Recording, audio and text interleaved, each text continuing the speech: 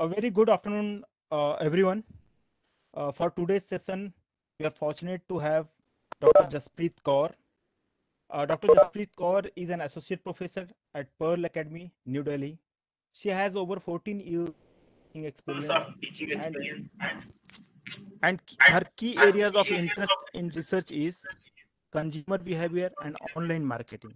Ma'am has published various papers in renowned journals like Scopus, IGI, etc. She has also authored 2 books in marketing management, and she has presented many research papers in international and national conferences in reputed institutions like IIMs, IITs, and IMA, etc. She has conducted many FDPS and workshops in the area of research methodology. Ma'am, she was also awarded with Accredited Management Teacher Award by AIMA in the year 2011, and in 2015 by Teaching and Research Excellence Award by GRAPS Education Trust uh, for her outstanding contribution in teaching and research area. At the end, on behalf of PhD Batch 2020 and GNLU, I once again welcome you, ma'am. I request you to enlighten us on the topic systematic review of literature. Over to you, ma'am. Okay, thank you. Yeah. Was somebody saying something? No, okay. ma'am, no. Okay. Good afternoon, everyone. This is the second time I'm coming to this university, and the first time was like almost like I remember it was on how to write papers, if I'm not wrong, and there was a bumper response, if I can call it that way. That the maximum respondents I've ever had was with this. So today, what I will take up is I will take up systematic review. Yes, ma'am. Yeah.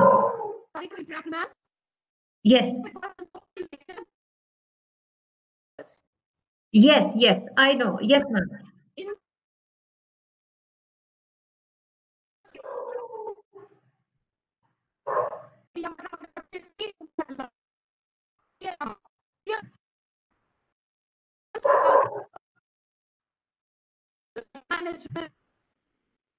Okay.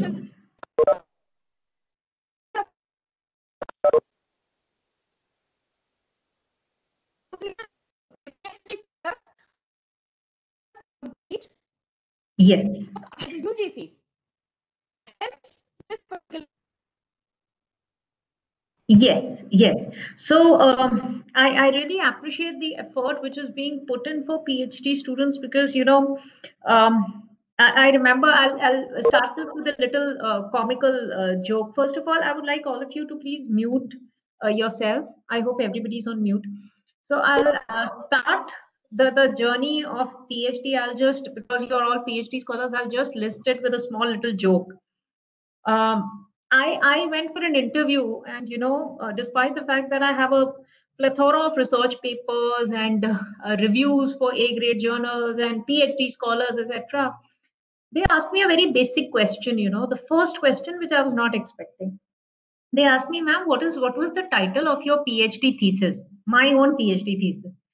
And where I had prepared so many questions, I just went off for 1 minute. And I was like, हाँ यार, मेरा अपना PhD का topic क्या था? मतलब, after doing so much research here and there. So from there, I really got embarrassed because, of course, I did make up a sentence, but when they say what is the topic of your PhD means the exact words, exact objective. And sometimes you write it in your resume also. So that sir said one very good thing. He said he was very elderly. So he was very, very elderly to me. So he said, कोई बात नहीं बेटे, 2 साल की PhD के बाद PhD scholars को topic भूल जाता है, तो आपको तो फिर भी 10 साल हो गए. So that is the way he said. So yes, PhD is a tough journey, but the amount of learning that is there in a PhD, please enjoy it. It's tough, enjoy it. So that is the note at which I'd like to start. And let me introduce you. Thanks to your university, they're doing a lot of effort because these are topics which are not taken up everywhere. Generally, when any resources called to a university, they take up topics like SPSS or structural equational modeling or basics of research. So these are the general topics which are going on in the FTP market, if I tell you. But the university has gone ahead and introduced to a new topic called systematic review and meta-analysis. This is very, very new. Number one, in 3 of the A grade journals. I'll be speaking at very base level for all you students. You should be targeting, now it's your first year, you should be targeting journals for publication. Okay, for basic review papers also, you should start targeting in your first year, you should have 1 paper. Now, how do you select the journal for that? There is a UGC care list, which is for the UGC university and PhD students. There is an ABDC list and ABS list. These are international lists. They are divided into categories called A, B, C. A being top priority, B lesser, C lesser in quality. That is as per the list. So right now, 3 A grade, international A grade, 1 emerald, 1 Willy, and 1 I think again emerald. Elsevier. Yeah, these 3 journals and A grade journals have taken out a special issue on systematic review and meta-analysis. So there are people who are called, like, what do you say, legends, like Dr. Justin Paul, Dr. Yogesh Dwivedi when it comes to IT. These people are writing papers on meta-analysis, writing as in conceptual paper. They are also taking out special issues in A grade journal. These 2 people that I've named are editors of A grade journals. So if they are coming up with a special issue of systematic review and meta-analysis, and this is not the only technique, there's another special issue of PLSM also. So, when a special issue comes up, you come to know, okay, this topic is going to be the future. Okay, it is through the special issues that I come to know which are the new topics. So there are new topics on already started on blockchain. There are new topics on artificial intelligence. So I know these are the new areas. The special issue always has a new topic. So I'm just telling you the relevance of this technique. It is very different from normal techniques, but this is the relevance of the technique. Now, systematic review and meta-analysis. Okay, so generally what we do is we generally when I take a 5 days workshop, this is all that I cover. We start with an introduction of systematic review and meta-analysis. I have just wound up a workshop with Ramanuj College, Delhi University. It was a 5-day workshop on meta-analysis, systematic review. So the first day is introduction, concept, because it's a very new concept. Many people don't even know about it. And let me tell you, there is no other trainer of meta-analysis in India. It is so new. Maybe nobody wants to get into it, or maybe nobody knows about it. I do not know. But I had a tough time learning it because there were papers, there were these A grade editors who were taking out special issues, but there was nobody to tell me where to learn it from. I had a very hard time. I had to read books. I had to contact foreign authors, foreign people that, okay, whoever's video I saw on YouTube, I used to write an email to him. So please tell me. And that is how I understood the process to be able to write a paper now, which is getting through in, hopefully, it's first revision in an A grade, should get through. So the second day, we talk about effect size. Third day, heterogeneity, publication bias, meta-regression. So these are the 5 major topics which come under a systematic review and meta-analysis. This is not all. Further, if you go into advanced meta-analysis, systematic review, you might get into topics like meta-sem. That like too advanced. First, you have to understand these basics, and then you might not get into so complicated. So if you do not want to do, suppose, the topics of day 2 to 5, which is actually mathematics, actually statistics, you can make a simple systematic review paper. That's it. You don't need to know the calculations. You don't need to necessarily put in statistics or meta-analysis into it. So if you have ever seen a systematic review meta-analysis paper, do not get boggled down by the point that this paper has a lot of stats. Okay, so papers which have meta-analytical stats, that those are not the only papers of systematic review. Systematic review can be done without numbers, period. So any of you who does not understand stats, any of you who still doesn't know what's a correlation, any of you who still doesn't know what is variance, basic concepts which are used in meta-analysis, nothing to worry. You can simply write what we call an SLR paper, systematic literature review paper. And I'm going to show that paper also to you. So when I tell you this concept, whole concept, at the end of the class, I will show you a paper of systematic literature review. No meta-analysis. We are going to do no technical stats today, not at all. I will only tell you what is systematic review. I will take you to a paper of systematic literature review, and you can start writing from today itself. No need to know statistics. No need to know the technicalities of meta-analysis. A simple systematic review paper you can start from today after this 1.5 hours of FTP. So just the concept is something okay. Systematic review. Now, before I explain to you what is systematic review, systematic review, as the name says, systematic. It's an English word, systematic. In Hindi, we can say कायदे से करना. In English, we say systematic. In Hindi, we say कायदे से करना. So, which means that there is a normal review of literature, which all of us do, and there is a systematic review. And how systematic it is, or how this systematic review differs from a normal review, this you will come to know when I show you the final research paper. मतलब review को भी इतना complicated तरीके से किया जा सकता है विदाउट स्टैटिस्टिक्स. उस पेपर में आपको स्टैट्स नहीं मिलेगा, बट रिव्यू को भी इतना कॉम्प्लिकेटेड तरीके से, इतना सिस्टमैटिकली, इतना साइंटिफिकली करा जा सकता है, ऑर्गेनाइज करके. This is what I have come here to tell you. Okay, so during the systematic review process, quality of the studies is quality studies are taken up and they are all summarized. So what happens is, why we are doing a systematic review is, why do we do a general review? जब हम normal review करते हैं PhD में, तो हम क्या करते हैं? पहले तो let me share with you my PhD scholars experience.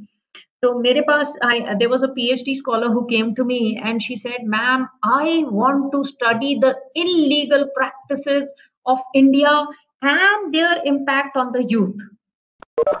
When you're new to PhD, these are the topics which come up. And as a guide, I thought, okay, so which illegal practice? Ma'am, no specific illegal practice. All illegal practices I want to study. So then I told her, listen, if you are studying all illegal practices, it will become 10 PhDs. Please narrow down your area.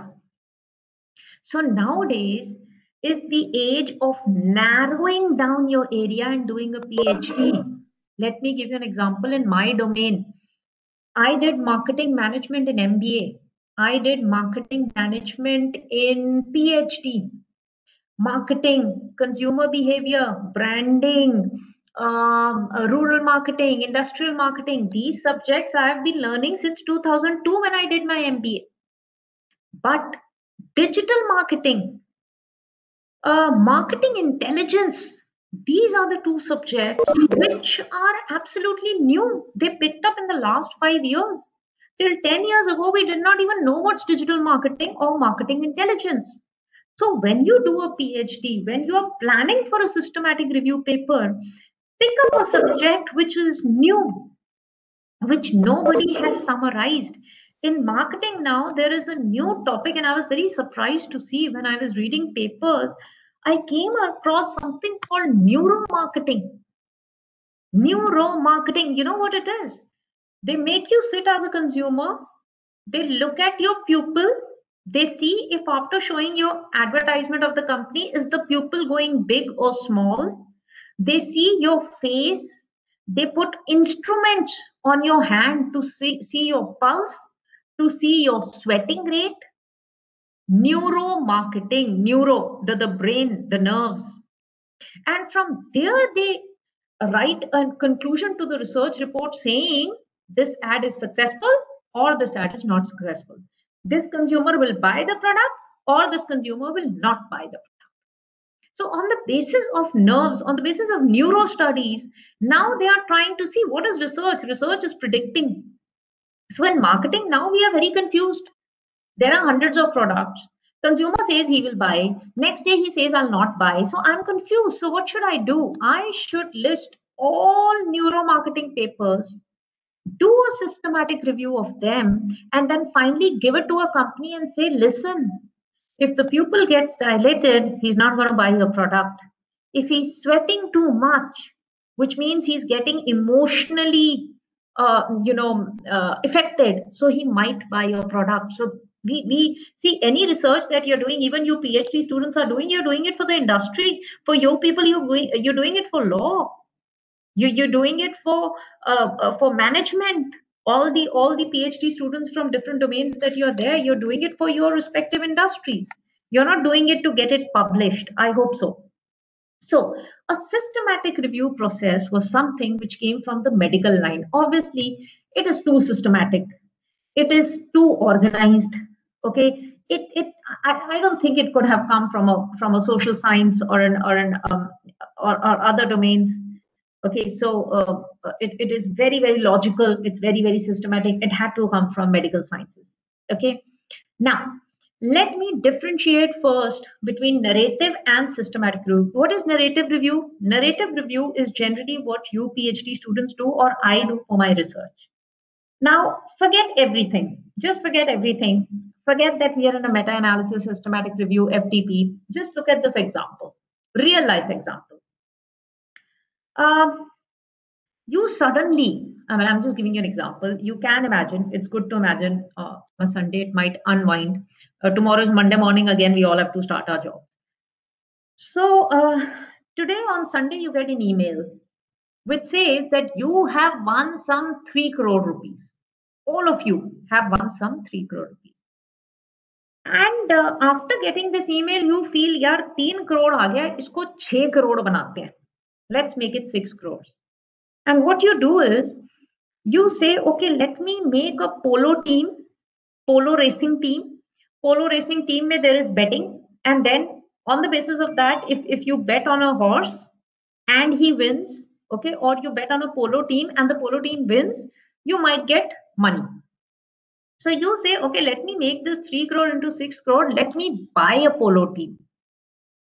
Now, to get a polo team, the sports polo, of course, you have racers who will be there. Of course, that is horse riders which will be there. That is a different thing. You have to also purchase horses yourself. Okay, so you go to a market on a Sunday evening and you say, okay, let me buy horses. Now you go to 2 vendors. Okay, one vendor says, sir, on the left side, as you see, sir, this is the horse. He's brown in color. He's the finest breed in UK. He has won some 500 races. He has a rocket bolt speed. This is one narration. This is narration. This is qualitative narration. You go to another vendor who's on the right side and he says, sir, these are the horses that I have. These are some 30 horses I have. Horse number 1 has a power of 0.5. Horse number 2 has a power of 0.8 and the highest power is 1. Okay, so for every horse, the highest power is 1. So he says, okay, this horse has a power of 0.3. This horse has a power of 0.9. Now it is easy for me to select. He's talking to me in quantitative terms. He's talking to me in magnitude. Now it's easier for me to select. It's easier for me to say, okay, only give me horses which have a power of 0.8 or above, period. I don't want other horses. Now, replace these horses with research studies, research papers. Today, the biggest study, the biggest systematic literature review study which is happening on the COVID vaccine. So if tomorrow, and they've already started, so Pfizer has come up with a vaccine. Okay, in India also there's a company which has come up with a vaccine. So we are all going to start getting vaccinated. So US has already started. Today's newspaper said US has already started has given a nod to Pfizer to start vaccinating. There was another vaccination. There was another news today in Peru. There was a COVID patient who's been given a vaccine and he went unwell. So now they are trying to assess, was it because of the vaccine or was it some other problem that he had physically? So the vaccine thing has started. Now, if we have to accept the Pfizer vaccine in India, say somewhere around February, and the Pfizer company narrates its power, the power of the vaccine in two forms. One, it says it is a very good vaccine. Oh, it will do very well. We have tested with so many scientists. Oh, it's going to be like awesome. You will never have COVID. Leave aside COVID, you will never have flu in your life. Suppose there's one person who's speaking to me like that, vis-a-vis some other person who says, ma'am, I tested the Pfizer vaccine in America. I applied it on 100 people, 80% success rate. Okay, 0.8, right? Then, ma'am, I went to Peru. I applied this same vaccine over there, ma'am, 90% success rate, 0.9. Ma'am, I went to an Asian country. I applied this vaccine, ma'am, 0.7. So 70% success rate. If these are the measures, if these are the magnitudes or power of studies that researcher gives me, then I will say, okay, bring the vaccine to India. Let us give it to our population. We have almost a crore of population which is affected. Let's give it to everyone. So what I mean to say is, where in normal papers, you people do narrative review, in systematic review papers, we do systematic reviews. Systematic is scientific. We talk in numbers. We talk in the strength of the power. Number one. Number two, narrative review is not exhaustive. Systematic review is exhaustive. So if I say I've done a systematic review, it means I have studied some 150 papers from the 20 years of past research done. So which means out of this paper, there is no other paper, no other research. So imagine you're summarizing in a systematic literature review research papers of the past 20 years. It's a huge, it's a huge contribution to research. Okay, so before we go to this difference, let me show you a narrative review. Please take a minute to see this narrative review. Take a minute to read it. Most of you, when you do your review of literature, if any of you are into paper writing or have seen a paper or have seen an old PhD, this is the review which is done. Take 1 minute and please read it out so that I can then come to what are the flaws in this. There are flaws, by the way. Take 1 minute to read it.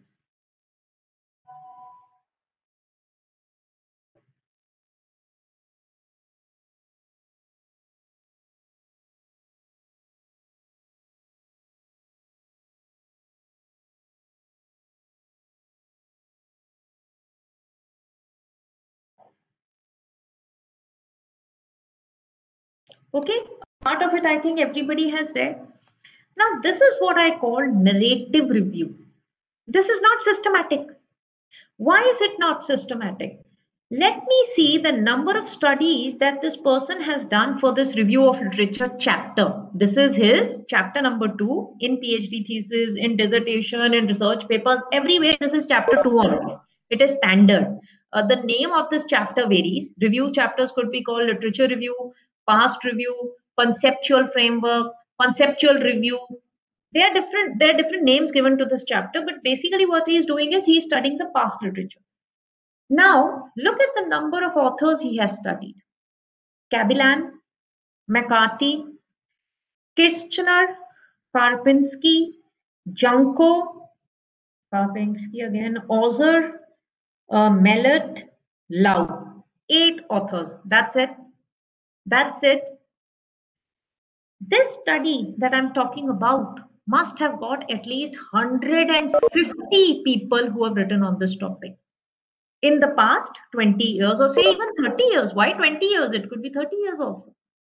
Now, out of those those people who have written 150 papers in the past 20 years, this person has selected only 8 authors. Only 8 authors. Number one. So that is the first, should I say, it's a backdrop of this. It is a negative thing about narrative review, that only and only 8 authors have been taken in this study, where there are somewhere around 150 in the past 20 years. Why didn't you take up more authors? He took only 8. Number one. Number two, this is a paper which was published somewhere around 2017. Okay. Now look at the references, and I think definitely your guides have also, they generally say, even my guide says that, even I say it to my PhD students, take review only of the past 5 years. Don't give me papers older than 5 years. This is a common line. Even when we write research papers, the editor wants latest papers. He wants the last 5 years developments. He doesn't want what happened in 1978, 84, 92. It's called, very famously called, redundant literature review. Redundant, something which is there but it is of no value. So mostly people tell us, okay, 5 years. So this is exactly what this poor chap did. He was writing a PhD thesis. He wrote a narrative review, literature review, narrative review, conceptual framework, whatever you call it. He published his PhD in 2017. So his guide has said, okay, 5 to 6 years paper. So, I mean, more than 2010, older than 2010, he's not taken. But in a systematic review, we take 150 papers, which must have happened in his domain over the past 20 years. I personally, as a researcher or a PhD student, summarized 20 years of research with 150 papers. You can imagine how small a work this is and how huge and technical a work systematic literature review is. Right, so this is narrative review. Let me come to the, I think I've already covered these points, but I'm just telling you the difference between narrative review. Narrative review is something you saw. And mind you, it's not something that is redundant. No, I mean, I'm still doing narrative review in I'm using correlation, or in papers where I'm making a conceptual paper, or in papers where I'm doing a personal interview. So even in those papers, there's chapter number 2. Even in that chapter number 2, there is review of literature. Even in that review of literature, I'm doing narrative review. But systematic review is not a part of a paper. It's a whole paper by itself. I repeat, systematic review is not a part of the paper or a part of a PhD. It's a full PhD by itself. So when you give your research proposals, you will have to write, I am going to do a systematic review in 3 years of all the papers of the past 20 years. This is actually a technique of research. Like, you must be writing, okay, I'm making a paper on exploratory research. I'm going to do interviews of lawyers. Or you say, I am going to do quantitative research. I am going to do a questionnaire for social media survey. Management students could say that. So systematic review, you will have to write in your research proposal, we are going for a systematic review of this particular topic. For the past 20 years, we will be collecting 150 papers, so on and so forth. It is very, very technical. It is a whole paper. It is a whole thesis by itself. Whereas narrative review is just a part. Okay. Narrative review never has statistical analysis. Look at the narrative review. There are no numbers. There are no calculations. But in a systematic review, after doing SLR, systematic literature review, we can go further for meta-analysis, which is nothing but a statistical, numeric, magnitude form of telling the power of those 150 studies studied over a period of 20 years. Okay. In a narrative review, what happens is there is one research method we follow. In a systematic review, our research method will depend on the papers we have collected. So, in narrative review, if I say that, okay, I am only doing structural equational modeling, and I justify why I'm doing it. In systematic review, I have 150 papers. There might be 20 which are doing SEM, another 20 from correlation, 30 another qualitative, 40 another from meta-analysis. So many papers of many research methods are taken into systematic review. Okay. Um, okay. Narrative review is thematic. What is thematic? Based on qualitative content. Systematic review is specific. It's not thematic. It's not like that horse, this horse is very good, he's going to run very fast, he's going to be a very good asset for your polo team, you should buy, sir, your destiny will change. No thematic, no qualitative. uh, Here we very specific. You're giving me this horse, tell me his power in numbers. 0.8, 0.5, 0.3, talk to me in numbers. So that is what is systematic review. Okay. So this is an example of narrative review. This is normally what you do. Now let me tell you how we do a systematic review. So I'll take you through the processes of systematic review. How do you start? And this is a very scientific way. At the end of the session, you might find this very, very funny also. Because you'll say, ma'am, abhi to PhD में आए थे, एक simple review सीखी थी, उस simple review से paper correct कर रहे थे, 2-3 तो मेरे DAC भी हो गए और first class हो गए और मेरा पूरा review बन गया. अब ये systematic review, ये तो बहुत complicated लग रहा है. It might happen, that's okay.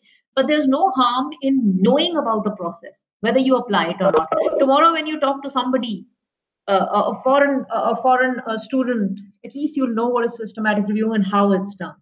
Okay, so the first thing you do, and it comes from the medical line, you will see after you end up these steps that how it is so very systematic because it comes from a medical line. Number one, determine the research question. Okay, a few of these steps you follow in narrative review also. Okay, so determine the research question. What is your research question? Number one. Now, this is one point where I would like to take you to. Just give me a minute. Yeah. At any point, if you don't see my screen, just to let me know. So yeah. So let me show you. I hope at any point you can't see. Now I'm at Google and I'm going to Google Scholar. I hope everybody can view it. If you cannot, just let me know. So how do I search? He's saying step number one, research. This is for those people who have still not given their research proposals, okay? Or who have given their research proposals, but within that topic which they have given, they feel even a systematic review on a mini topic could be done. Now I go to Google Scholar and I'll give you an example. I come from the management domain, so I'll be giving more of management examples. The same could be applied in law, could be applied in other areas also. Now, research question. Okay, so I wanted to find out factors. I'm just listing it. I just wanted to do a research on, this was my research question, factors affecting impulsive purchase. Okay, so factors affecting impulsive purchase. I wanted to know what are the factors which affect impulsive purchase. Now, there are n number of papers which open up. There are n number of papers which open up. When I go to one, yes, ma'am. Ma'am, if I can interrupt one, ma'am, the scholar screen is not visible to all, ma'am. Ma'am, Dhanya, ma'am, can you see that? I mean, is it visible to anyone? No, ma'am. Not visible? Okay, no. Okay, give me a minute. I had done share screen. I don't know why. Just give me a minute. Okay, I think there was something wrong I did. Okay, screen. Again, it says, okay, fine. I think I'll have to do it every time. Just give me a minute. Chrome tab. Okay. Okay, thank you so much for that input. Please do stop me anytime. And being a lecturer, I'm so used to going in the flow for 2 hours. I could take this for 4 hours also. So please do stop me. No problems. Can you see it now? Thank you, ma'am. Now it is visible. Okay. So I started my research question. My research question was factor affecting impulsive purchase. I wanted to see how do people impulsively purchase products. Okay. Now I wanted to do a review for this. Okay. And when I went to each and every of these papers which are listed, so I went to the first paper, it gave me two factors. Okay. For impulsive purchase, it said attitude of a person and subjective norm. Then I went to the second paper. It gave me another two factors: hedonic value, utilitarian value. Then I went to third paper.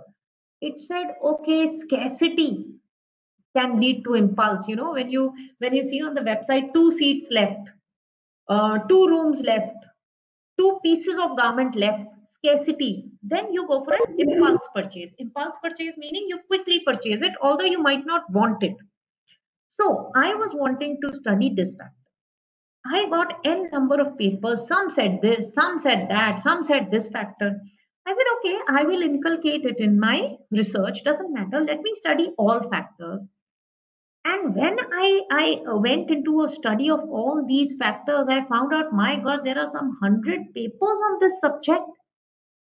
Now my problem was, if there are already 100 papers in this subject, what will I do with this? So then I said, okay, let me try something else. See, whenever you make a research paper, whenever you do a PhD topic, make sure you're filling up a gap. We are researchers. We have a moral responsibility not to finish our PhD in 3 years. No, that is not the moral responsibility. That is a very personal responsibility. Our social responsibility, our moral responsibility is when we finish our PhD, we give something to the research domain, something new to our research domain. That is our moral responsibility as researchers, as academicians. So I thought, yeah, impulsive behavior, so many people have studied. Again, those factors, hedonic, attitude, again, 6 papers of that, 7 papers of that. I said, forget it. I'm not taking this. So then I went to something else. When I was reading the papers, of course, it comes with a lot of reading. If there was a person who asked me, ma'am, for systematic literature review, how many papers do you have to read? I said, at least 200. At least 200. Ma'am, it'll take too much of time. I said, doesn't matter. Doesn't matter. If you, all of you, even if you're not working on an SLR and meta-analysis, if you have the zeal to learn 20 years back what has happened in your research domain, those 150 papers, as it is also, if you read, even if you don't get into systematic review and meta-analysis, still it will help you. So I remember one of my directors telling me, he said, I did a PhD from IIFT. And he said, after doing my PhD, which was for 3 years, I completed it in 5 years. But at that point of time, I actually said that. He said, I could have gone to the top floor of IIFT and shouted, foreign exchange as a topic. If there's anybody in the world who knows more than me, come, let's have a debate. So that is the level of review that is needed in PhD. And you have to have a zeal for it. When you read, you start. So I read, I found impulsive behavior was very, very common. I said, okay, I'll not take this, I'll take something else. So while reading, I came across this variable, or we generally call it construct, or variable is okay, which was called urge to buy. Okay, there was another variable I came across which was called urge to buy. Okay, again, I found many papers, but I didn't find 150 papers. Okay, I found some papers on this. I said, okay, this is a new area. This is what I'll work on. But because I had found some 50, 60 papers with different variables, I said, why not do a meta-analysis, systematic review and meta-analysis? Let me study when I'm getting so much of research. 50 papers in urge to buy, 100 papers in impulsive buy. I said, there is research, na? There are so many papers. They have been done in the past 20 years. Let me do a systematic review. Let me collect all papers and summarize them. Let me do that. Okay, whether I summarize them qualitatively through systematic review or I summarize them statistically through meta-analysis. So what I did is I started searching meta-analysis papers in impulsive buying. This is the first thing I did. But to my disappointment, I got meta-analytical papers already published. So can you see? The first paper is meta-analysis on impulse buying. What does this mean? And it's a 2020 Springer paper, which means somebody has already taken up this topic, already summarized some 150 papers on this topic. See the second paper, Antecedents and Consequences of Impulsive Buying 2019, Emerald's paper. Again, this was a very bad thing for me. Somebody has already done that work. Third paper, Gambling Disorders, Impulsivity. Again, somebody has specifically done that. So not only impulsive buying, specific to an industry also somebody has done. Okay, paper number 4, 2016, Willy Journal, The Prevalence of Compulsive Buying. Impulsive and compulsive are similar terms, meta-analysis. Now what do? This topic is finished. Not only, and obviously there will be a meta-analysis when there were 150 studies on it. Obviously, I'm not the first one who's thinking of summarizing 150 studies. Somebody has already done it. So I had to drop this idea.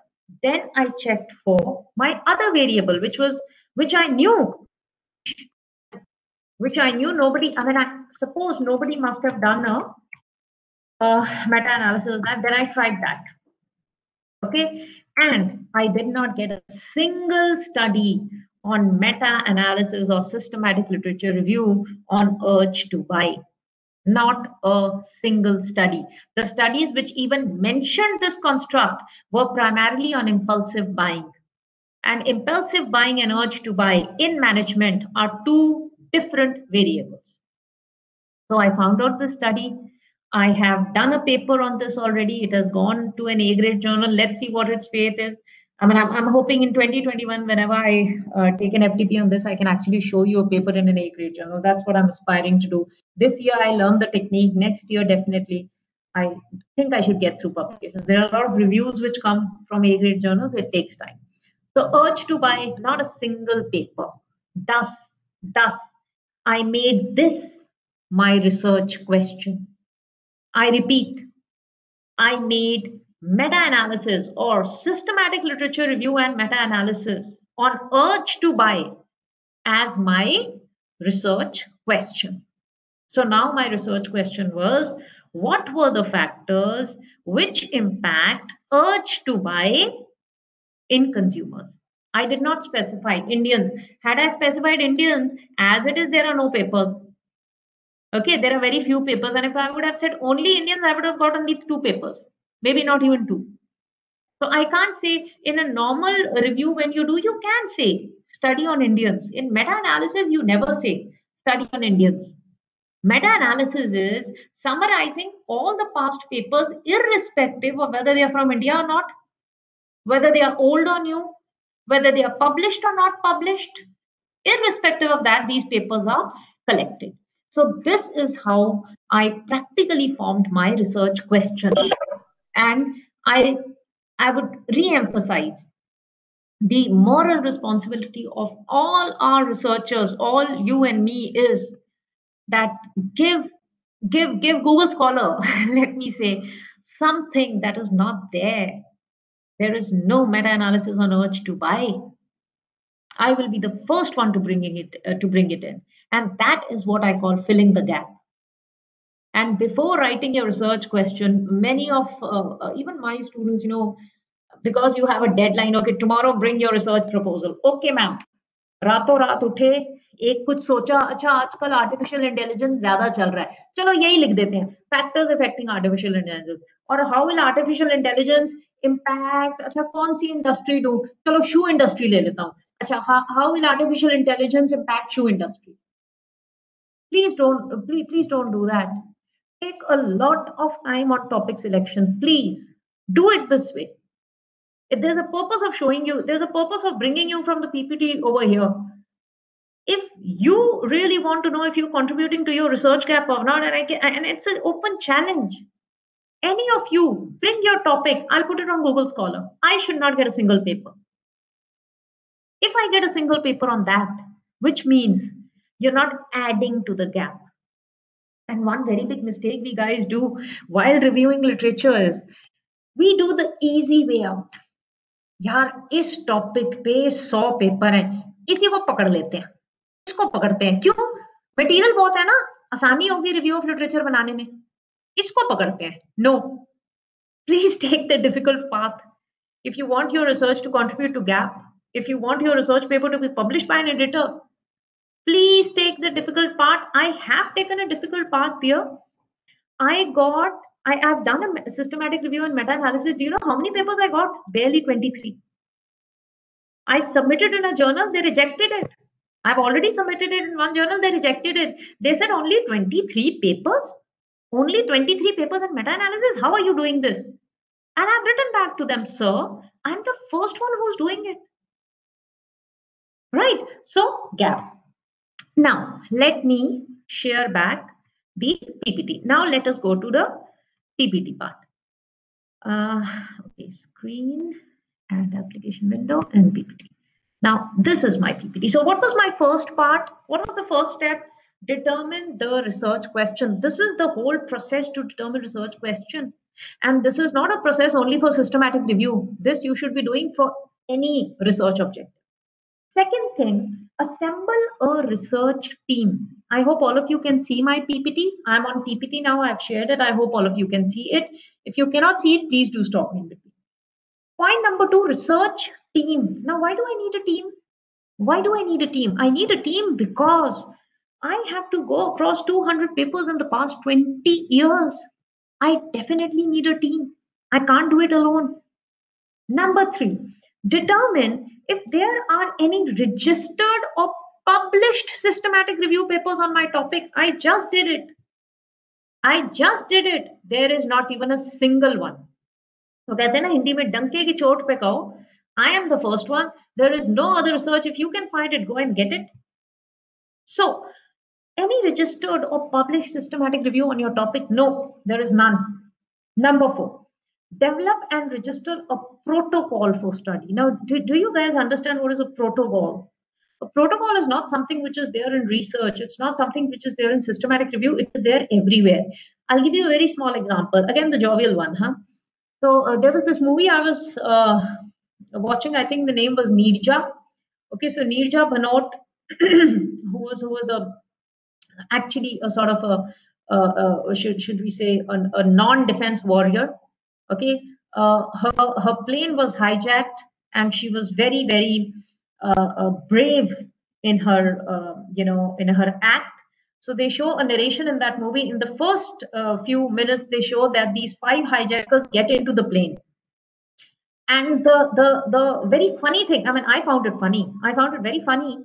What happens is till the time they reach the cockpit, yes, did someone say something? Sorry. Okay, so the moment they reach the cockpit, the 2 pilots run away. So the moment the hijackers who have hijacked the plane reach the cockpit, those 3 pilots are gone. Before that, before they leave, there's a small little conversation they show between the pilots. One pilot is saying, what should we do? Should we fly the plane? The second is saying, no, we will follow protocols. Protocols are systematic written rules. Okay. So they said, we will follow protocol. And what was the protocol? The protocol was the moment you are informed about a hijack, which they were. Neerja Bhanot, the air hostess, she informed the captain, we have been hijacked. They said, we will go according to protocol. We will run away. And they ran away. There was another movie called Rustam, where that man says, I fired him thrice. And the lawyer asks him, why? It was a legal study where a Navy officer shoots a man not once, thrice. So the lawyer asked him, how come 3? If you were in self-defense, you should have fired once. He said, it's a protocol in Navy. It's a book. He showed him a rule book of Navy. He said, listen, they say in a close combat, fire fast and fire thrice. So it's a protocol. Similarly, for a systematic review also, we have a protocol. And what is that protocol? Let me show you. So this is just, I'll come to research question, doesn't matter. Let me show you a protocol first. So protocol is a predefined set of steps to define well-stated limits. Okay, this is a definition of protocol everywhere. Predefined series of steps. If you are hijacked, run away. To define well-stated limits. Do not get emotional, leave the plane, run away. If you stay in the plane, the hijacker will make you fly and it will go out of the legal jurisdiction of the country and they'll not be able to save the passengers. Predefined series of steps. So even in systematic review and meta-analysis, we have something called a protocol. And what is that protocol? It is called Preferred Reporting Item for Systematic Review and Meta-Analysis, PRISMA. Okay, what is this PRISMA? Let me show it to you diagrammatically. This is what is PRISMA. So if I'm writing a systematic literature review paper, I have to first give the editor a protocol. I have to explain. Just look at this. Just look at this. Give a minute to yourself and look at this. And vis-a-vis this, just look at this. Look at narrative review. Look at the process of doing narrative review. Look at the subjectivity of doing narrative review. Vis-a-vis a systematic review done with a protocol. The person starts by explaining how he selected papers. He's justifying. He's almost fighting a court case. I got 6,638 articles. I found it from 3 article database. For example, ProQuest, Web of Science, Google Scholar, Semantic Scholar, EBSCO, okay, Scopus Journals, Elsevier database, whatever you list. He says, I found 6,638 articles. I just took you to Google Scholar and I typed a topic, a keyword, and you saw the number of articles I saw on Google Scholar, right? So they come in thousands. So he says 6,638 articles I found in 3 databases, not in one, 3 databases put together. 6,000 were excluded because their title did not suit me. Danya, can you hear me? Sorry? What is wrong, Danya ma'am?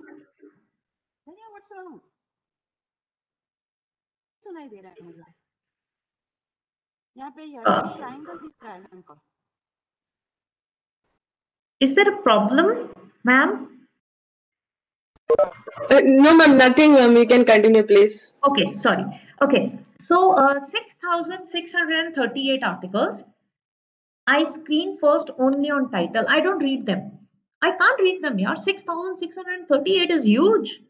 I mean, I just typed a topic called impulsive buying or urge to buy, and I got some 6,000 articles from 3 different databases. I can't be reading everything. So I screen them on the basis of title. That's the first thing I do. Now, who's telling me all this? Who's telling me all this? The PRISMA protocol. Who set this protocol?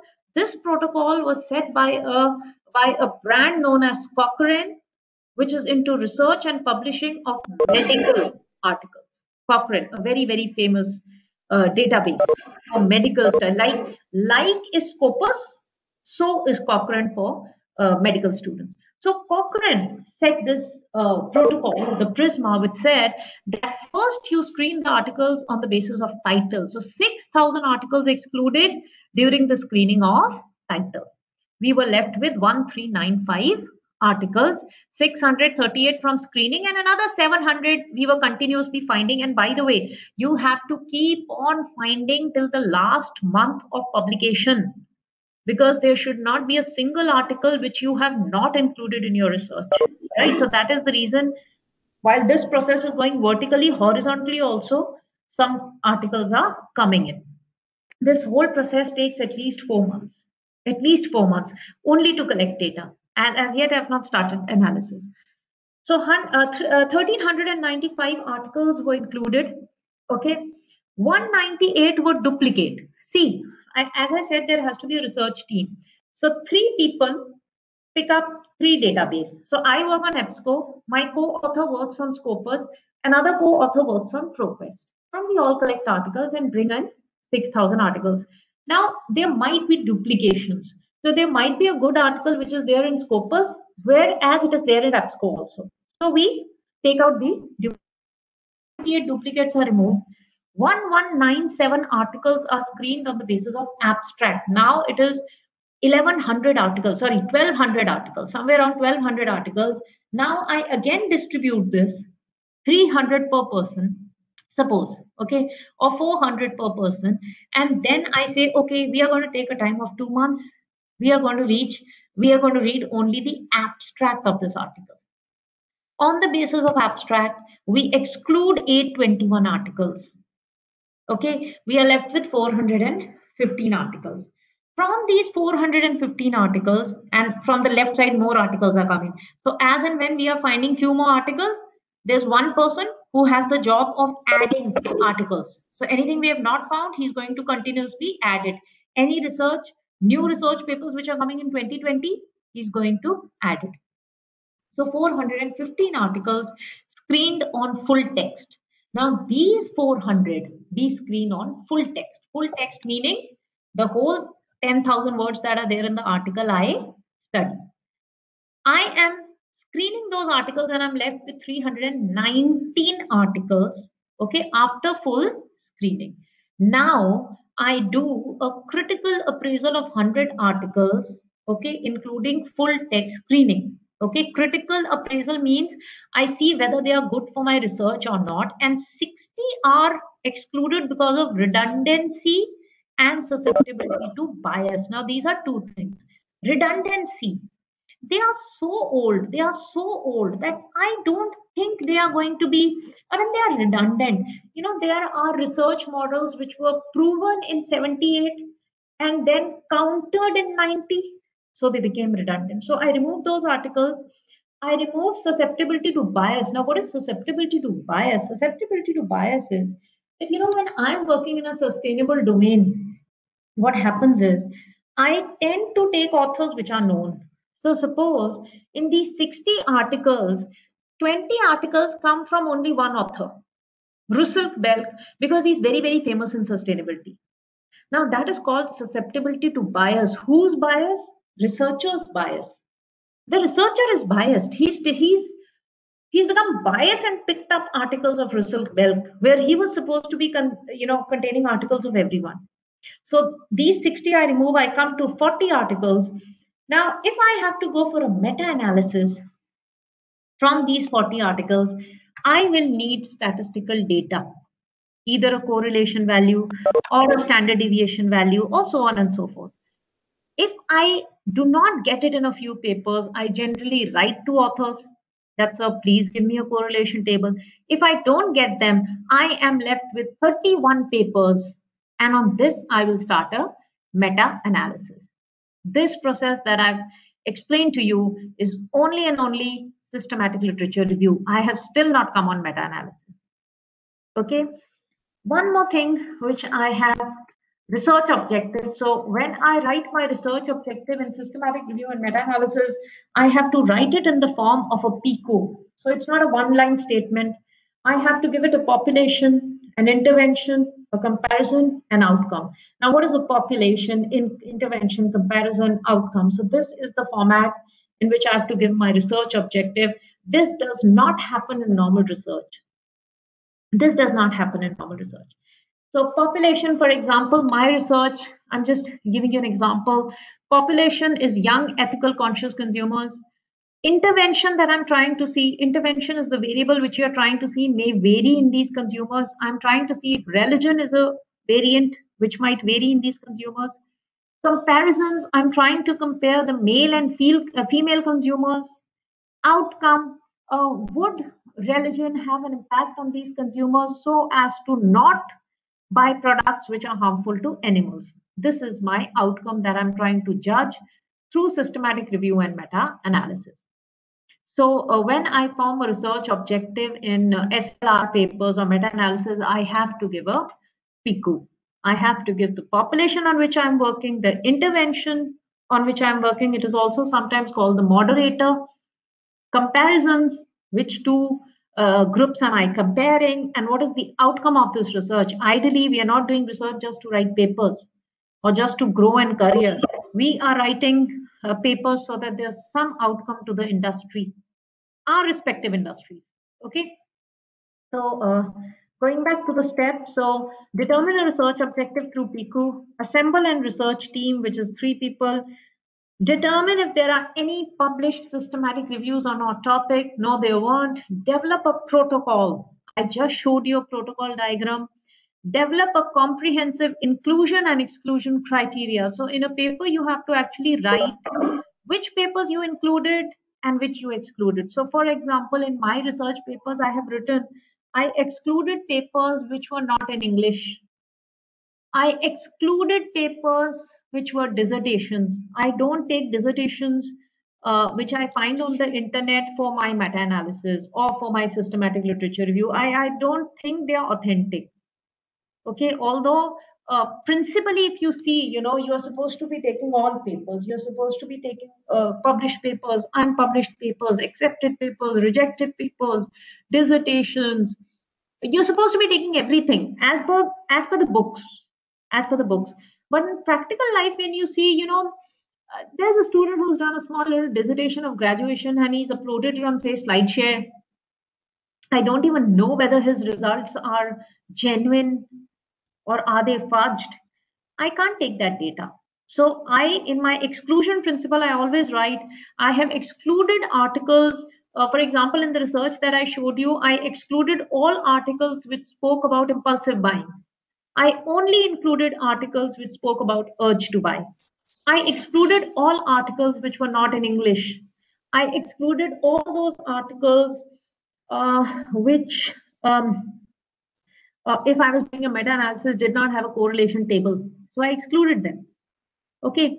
Finally, point number 7, extract and analyze data from these papers that we have collected. 31 papers for meta-analysis, somewhere around 150 if it comes to an SLR paper, depends.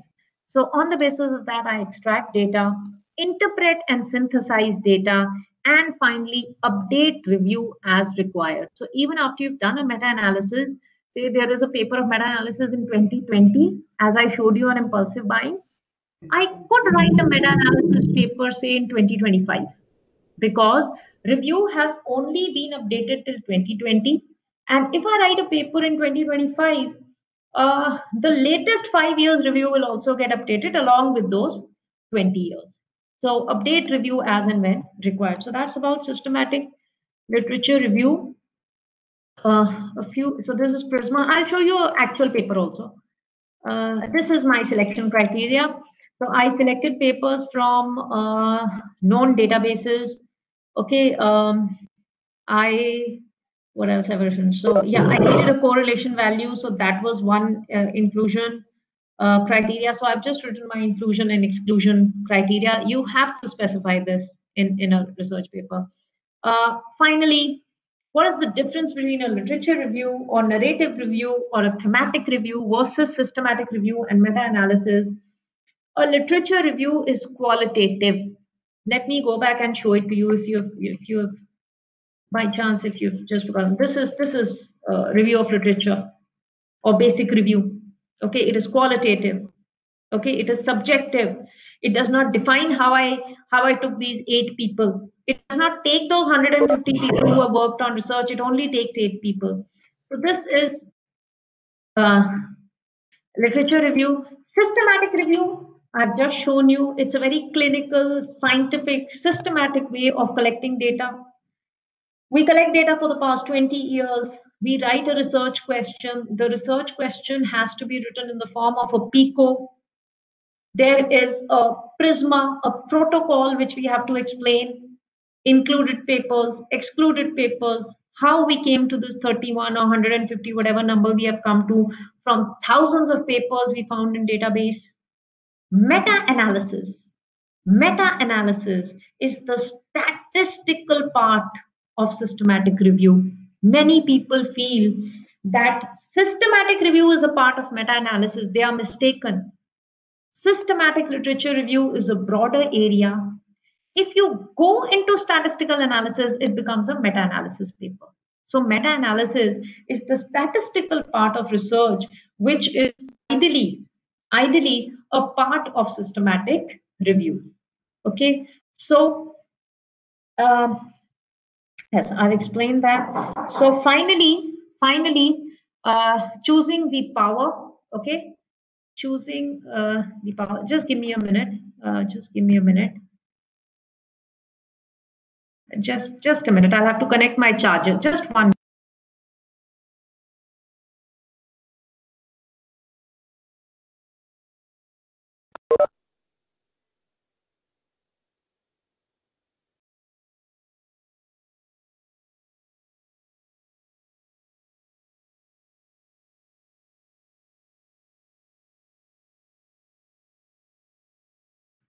Yeah, so that's about, yeah.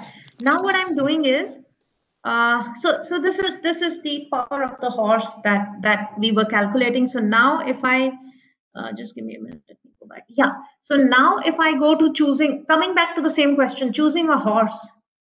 So rather than defining there's a small horse, there's a big horse, there's a black horse, there's a white horse, there's a horse which is very good, this is a horse which is not.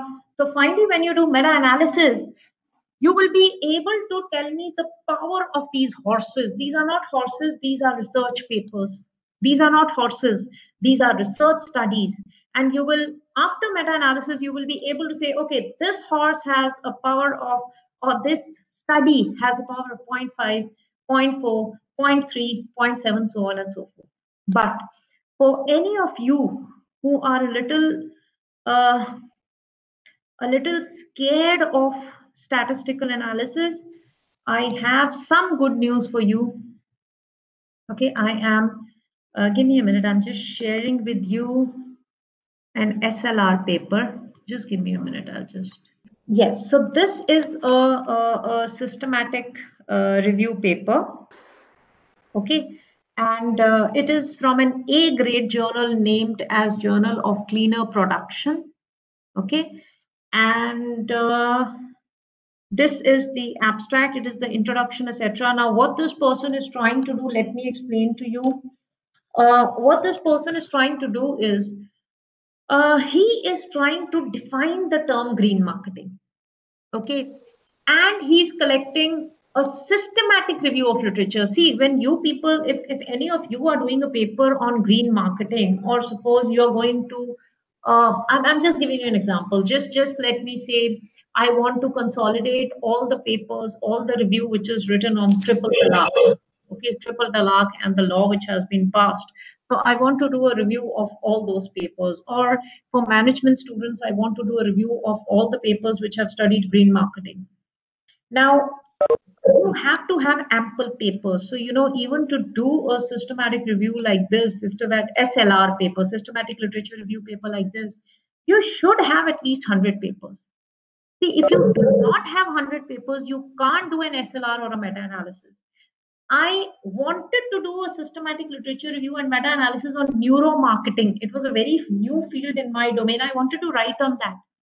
But then came to know that there were barely 20 papers written on it.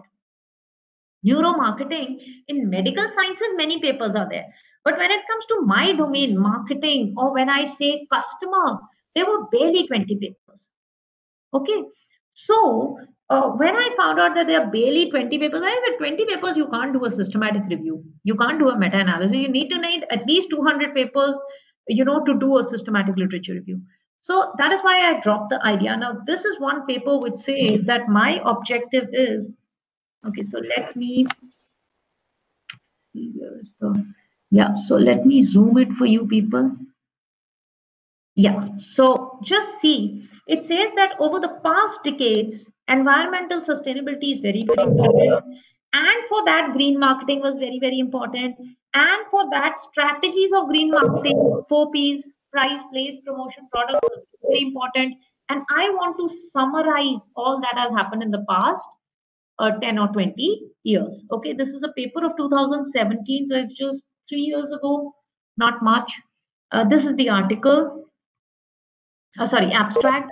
Okay, let me go to, yes, this is the abstract. Let me show you the paper.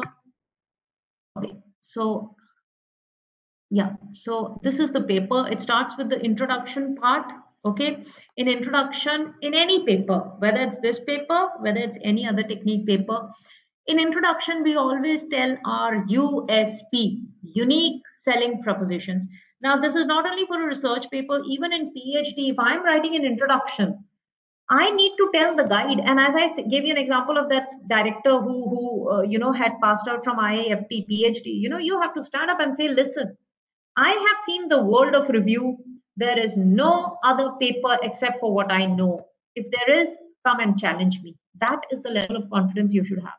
So while writing an introduction of your PhD, or a PhD which is of where you're doing systematic literature review, if any of you want to do it, in the introduction part, you will have to add that there is no systematic literature review or meta-analysis done on this topic. Number two, you will have to say there are so many people who have defined green marketing, but not even one who has summarized or conceptualized the technique. This is the second thing. So you have to show the USP of your SLR paper over here. You can go forward and say, when you say there is no research, you'll have to prove it. Or there's little research, or no systematic literature review paper, or no meta-analysis paper, you'll have to prove it also with authors. So this is the introduction part. And then he goes to, I'm just taking you how he goes through.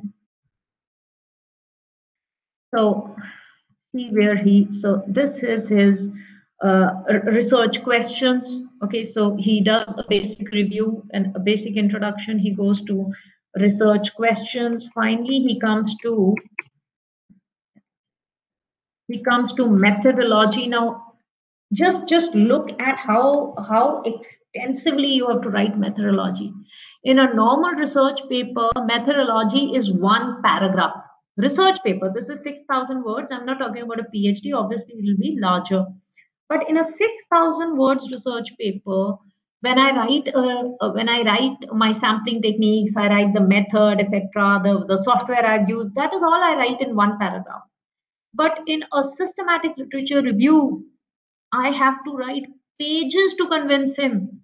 Listen, I've done research of the past 20 years. I have not left any stone unturned. So look at the columns. Data collection, I have studied from 3 database, EBSCO, Scopus, Web of Science. Study selection, I selected the studies and then reviewed them on the basis of title, then on the basis of database, then within the database, then research questions. Okay, I was left with so many papers. Then I went through the full text. Then I went, so from title to abstract, from full text. The Prisma that we did, he has written it in paragraphs. He has explained it in paragraphs. Further, there is something called data extraction. Now, mind you, this is a paper which has no stats. This is a paper which has not even started meta-analysis. And it is published in an A-grade journal. So still he writes data extraction. Data extraction from paper never means only quantitative data. Even qualitative data is to be extracted in an SLR paper.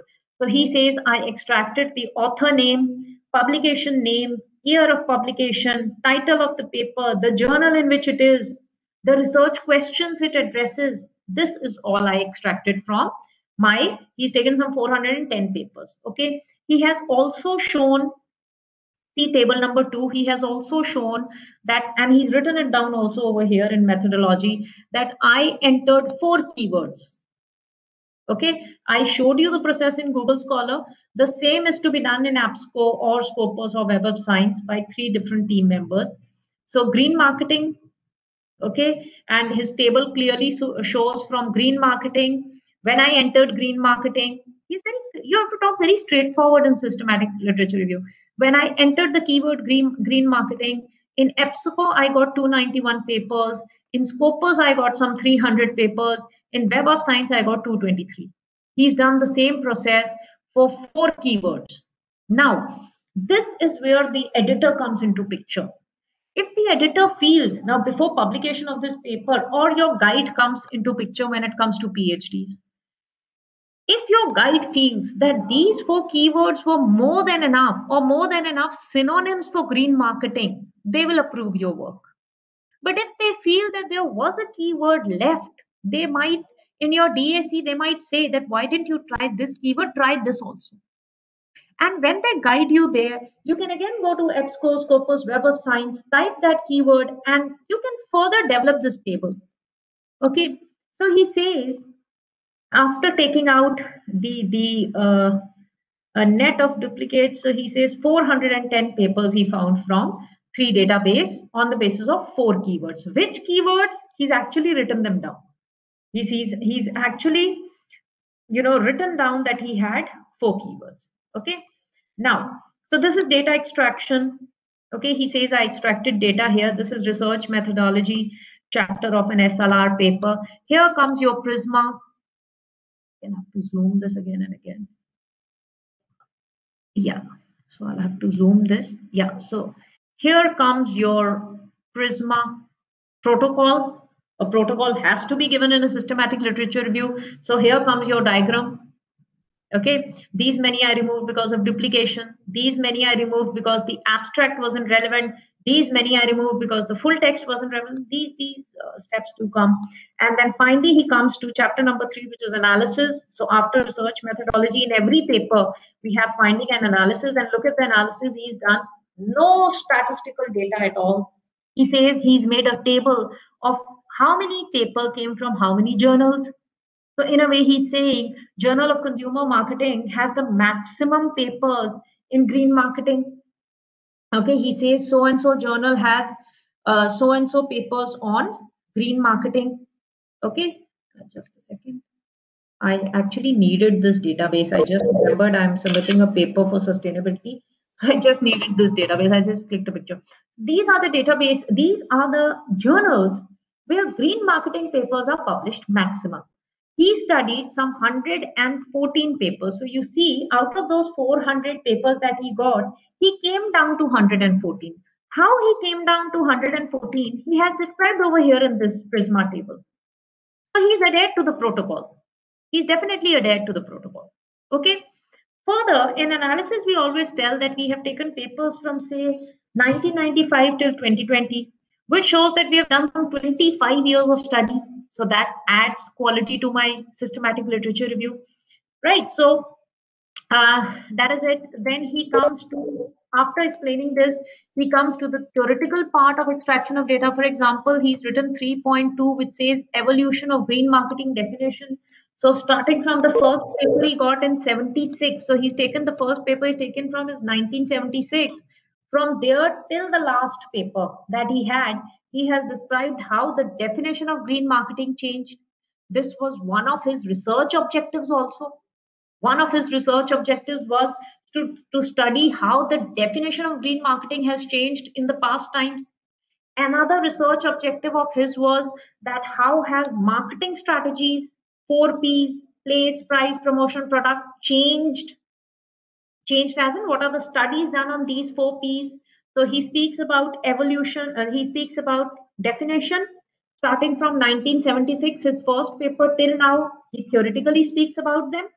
Then he goes to, this is all data extraction.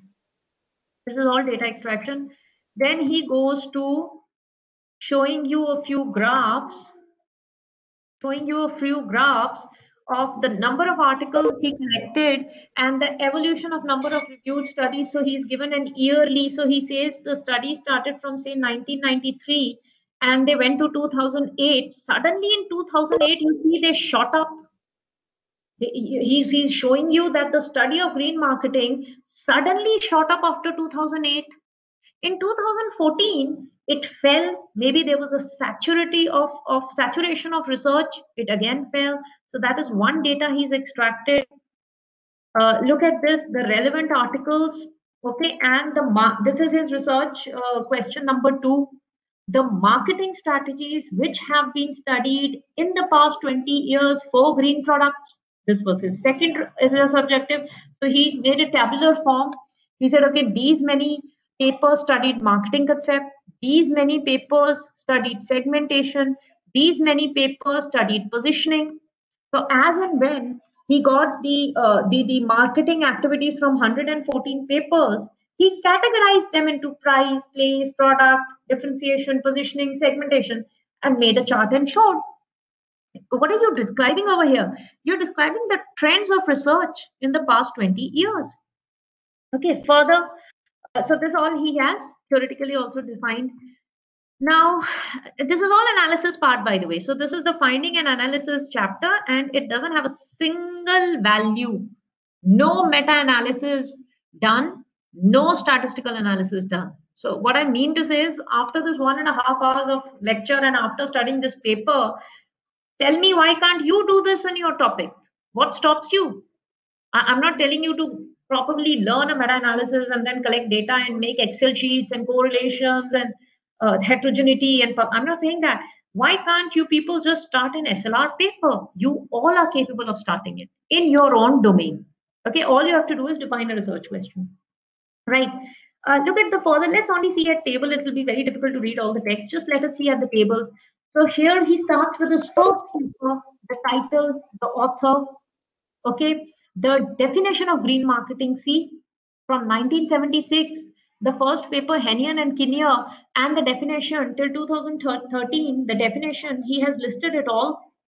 Okay, now what sort of a data extraction is this? This is qualitative data extraction. From all the papers he had, 114 papers he has used, he has extracted data qualitatively. Segmentation, targeting, okay, positioning, green marketing mix. This was his second objective. He wanted to study, the first objective was he wanted to study the definition of green marketing over 20 years. The second objective was he wanted to study the marketing strategy in the past 20 years, place, price, promotion, segmentation, targeting. So he's done that one by one. For every topic, if he goes to product, he will define from 1995 till date. If he goes to price, he will define from 1976 till date, from the first paper till the end paper, what work has been done. Place, promotion, all these marketing, and finally comes to discussion. And this model that you see is something which he's taking as a base. Every paper has to have a theoretical or a conceptual model which becomes the base of the study. And for him, he has taken Philip Kotler's model of marketing as the base, and he has shown it. In his discussion, he has shown that all the 114 papers that he studied, some way or the other, have covered all the components of this predefined Kotler model. So this is the model he was looking at, and each and every component he got on these 114 papers. He has also listed how many papers spoke about product, how many about positioning, how many about targeting. So finally, he says that basically what he's trying to say is that all the basic products that Kotler had given in marketing have been covered in 114 papers, and this is the way they have been covered. So it is like saying, if I take a small component positioning, starting from 1976 till 2017 when this paper was published, if any Tom, Dick, and Harry has spoken about positioning, this man has put it in this research paper. Now, can there be a person who say, okay, what's new in positioning? This person, and you know, it's not this person. He's making paper for you people, for me. So if I have to, you know, just define positioning for my students, what will I do? I'll pick up his paper, yeah. I'll pick up his paper. I'll say, okay, 1976, it was defined like this. In 80s, it came like this. In 90s, the trend changed. And in 2020, this is what positioning is for marketers. So I can explain to my students using this paper how dynamically positioning has changed over a period of 50 years. So that is the final discussion or contribution that he's given to research. Right. So yeah, that's about his paper. Conclusion and acknowledgements.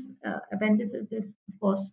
Appendix is something which you can see. So that is what a typical SLR paper is. If need be, I can also send these papers to the concerned authority. I think I'm on time, ma'am. I've just finished. That will be all from me. Thank you so much. Doubts, ma'am? Dhanya, ma'am? Any doubts if you want to line up? There are Yes, some ma'am. questions in the chat. Okay, give me a minute. Chat. Yeah, I was so. Voice is low, audio is low. This is the first feedback I've got. Thank you so much. Otherwise, most of my students say it's very loud. I'm very loud. You know, even my even the voice of the audio I've kept at 45, not 100. Okay. Okay. PPT. What else? Please fill in the feedback form. This must be for Dhanya, ma'am. Could you please clarify on excluding papers that are susceptible to bias, and would you recommend this for a narrative review? Narrative review or systematic review, sir? I will never ever tell you to take biased papers. We have a tendency of taking Philip Kotler everywhere. We should stop this tendency. We should give some leverage to the poor researchers who are doing research in 2020 also. I mean, we should mention Philip Kotler. I'm not saying we should not, but we should quote last 5 years papers more rather than being biased towards one person. I don't find any other question, ma'am. Is there another question? Good afternoon, ma'am. I have a question. Yes, ma'am, please. Ma'am, I wanted to understand if systematic review is different from bibliometric review in any way, or they are the same thing. It's different, ma'am. It's different. Can you Ma'am, please? these are all methods. Yeah, these are all methods of review of literature. These are even bibliometric review is a method of summarizing literature review, but there the summarizing is done through it is done through bibliography. So it is done through the references. It is not done through the text. Okay, so it's like if you have some 200 bibliography in one paper, you pick up that, then you pick up some data from another paper bibliography, some paper from another, and you consolidate that and summarize. That is what is bibliometric analysis. Okay, thank you. Yeah. Good evening, ma'am. I have a question. Yes, ma'am. So, ma'am, while we were screening out for the research questions, that was the very first step towards a systematic review. So, like you made us see that there were a lot of papers on impulsive purchase. So, you went on to take a different variable on buy to urge. So now let's say today in 2020, at one point of time, and I'm doing a systematic review of all the papers that are there in this particular variable. Let's say we were doing a meta-analysis. Now, in meanwhile, we are in the process of just collecting the data and reviewing and reading it. Somebody else has already published this particular thing. Right. So then how do we go about it? Because the purpose that we were going to fetch is already solved by someone else now. So do we have to look for a different research question? Do we have to do a bifurcation, or deviation and provide a different angle? Or should we continue because we are in midway? We have already done something in that particular. Ma'am, see, in a PhD, you still have a choice, So because you're doing an SLR will just be a part of it. You will be doing another statistical research also. You will be doing qualitative research through personal interviews also. Nowadays, there's a new, there's a new trend of mixed methods. Okay, so there's a quantitative, there's a qualitative, there's SLR. So in a PhD, you're still safe. You will don't stop the research, list your findings. They might be different from his findings and do the other. But when it comes to a research paper, this is very unfortunate. It has happened to me also that I was working on urge to buy. I'm giving my paper, and if you see that research which has come in 2020, it has just come 2 months ago. It's on impulsive buying. It overlaps my area. So I have been a little unfortunate, but luckily, I mean, I'm working on urge to buy, not impulsive buying, so I'm a little safe. But even if I wasn't, his findings and my findings could be different. So I don't think you should, once you've done the process, and then when you give it to the editor, even the editor understands that this is something. He understands that a research paper takes 6 months. It's not SLR. Any research paper takes 6 months. So in between, why SLR? Anybody can bring in your own variable. The new variable that you are studying, that risk is always there in 6 months that somebody else will. That is the reason we say once you start a paper, finish it off ASAP. Work on one paper one time, finish it off. So you can list your research, ma'am, no problem. All right. Thank you so much, ma'am. Yeah. Thank you. Yeah, so I don't see any other questions. Yeah. I can send you, ma'am, the PPT and research papers, Dhanya, ma'am, so that it can be given to the. Yes, ma'am. Ma'am, do we have any other question?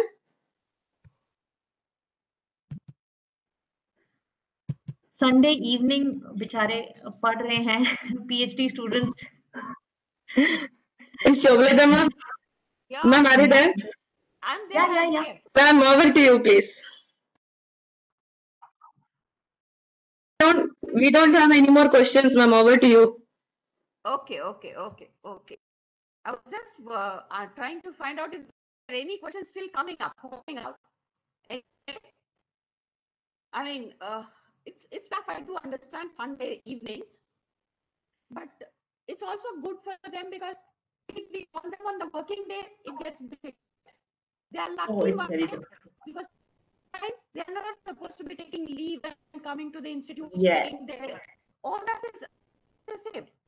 And days and Saturdays when you have got, I mean, when you are well priority, you can definitely concentrate on this. So Yes, ma'am. That's the reason pick Saturdays and Sundays. Ma'am, most of the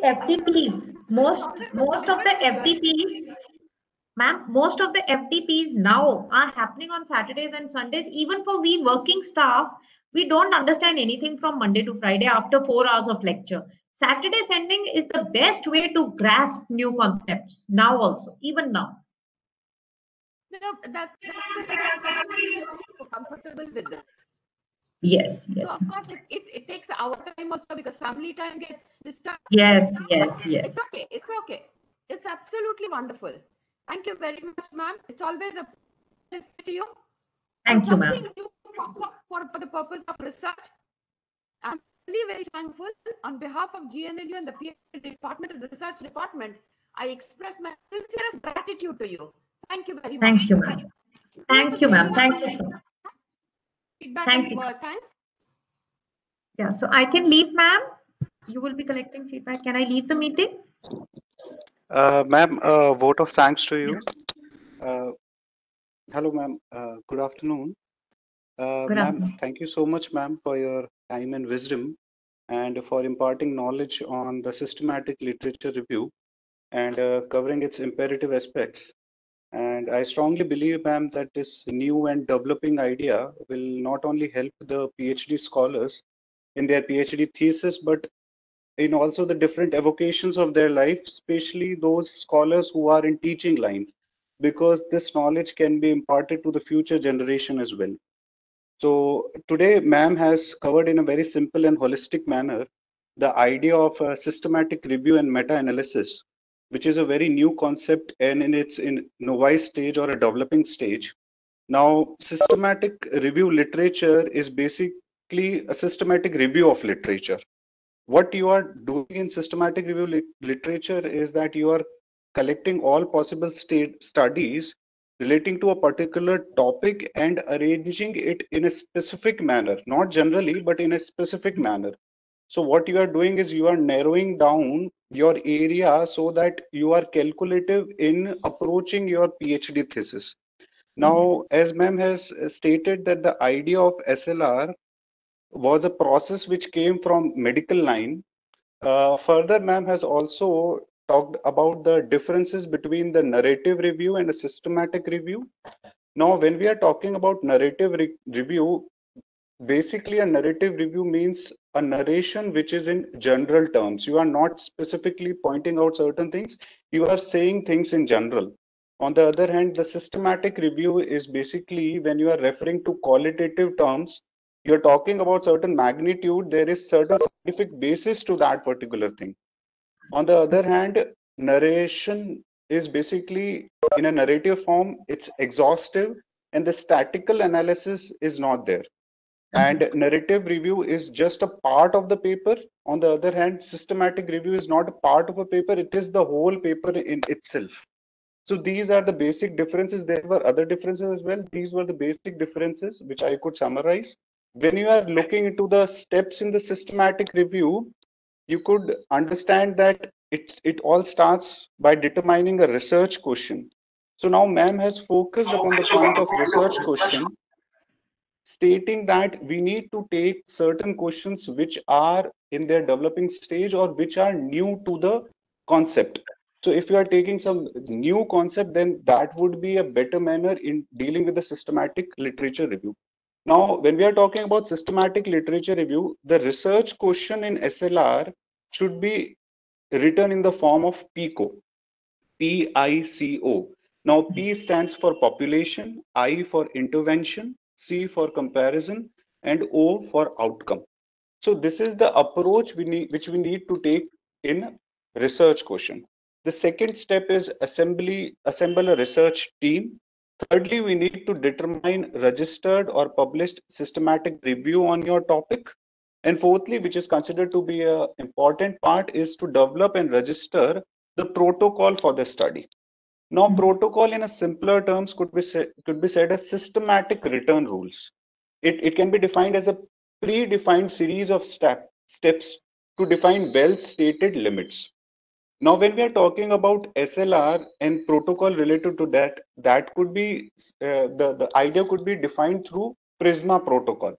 So what you are doing in Prisma protocol is you are doing a smart study where you are eliminating the articles which are of lesser use, and then you are focusing upon certain specific articles which would serve your study.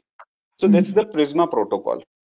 After the Prisma protocol, the next step would be to develop a comprehensive search strategy in which there would be inclusion and exclusion criteria, and select studies on the predefined inclusion and exclusion criteria. What this basically means that you need to eliminate the articles which are redundant in nature or which would not support your study or which have been uh, overruled, or you can say like there was a study which was earlier and now there is a new study, and that study is somewhat not supporting the study which was done previously.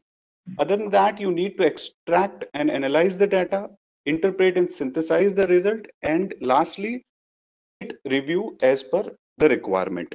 Lastly, ma'am has told the difference between literature review, SLR, and meta-analysis. So now meta-analysis, we need to take into consideration that meta-analysis, like system literature review, is not part of meta-analysis. Meta-analysis is the part of systematic literature review. Meta-analysis is basically the statistical part of systematic literature review. It's not required that every time, because the example which ma'am had showed, that particular example did not contain a meta-analysis, but there was a systematic literature review. So there can be a systematic literature review without a meta-analysis. On the other hand, when we are talking about a plain literature review, it's qualitative in nature and it's subjective. But when we are talking about systematic review, it's clinical, and the way of collecting the data is very specific and scientific. So this is the basic idea or a summary of what ma'am has told in her lecture. And once again, I would like to thank you, ma'am, on behalf of the entire PhD 2020 batch in GNLU, and hope to have more interactive sessions with you in the coming future. Once again, thank you so much, ma'am. Thank you so much, sir. It's very well summarized. You were listening to each and every word, it seems. Thank you so much. Thank you. My pleasure, ma'am. Thank you. Thank you. Thank you, sir.